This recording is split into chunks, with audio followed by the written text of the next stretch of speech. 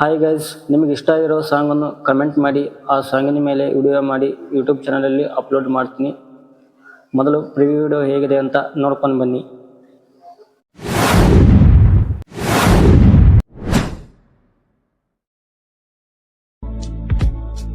ನೀನು ಹೋದ ಮೇಲೆ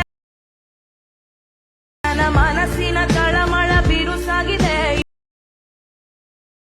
ಹೋಗಿದೆ ನೋಡದ ಒಮ್ಮೆ ನಿನ್ನ ಅಲೆಯಲ್ಲೇ ಇರಲಾಗದು. ತುಸು ನಗುವಿನ ಜನುಮಕ್ಕೂ ಹೆಸರನ್ನು ಸ್ಮರಿಸುವೆನು. ಬಿಡು ನೀನೇ ಇರದ ಇರದನೆ ಹೇಗೆ.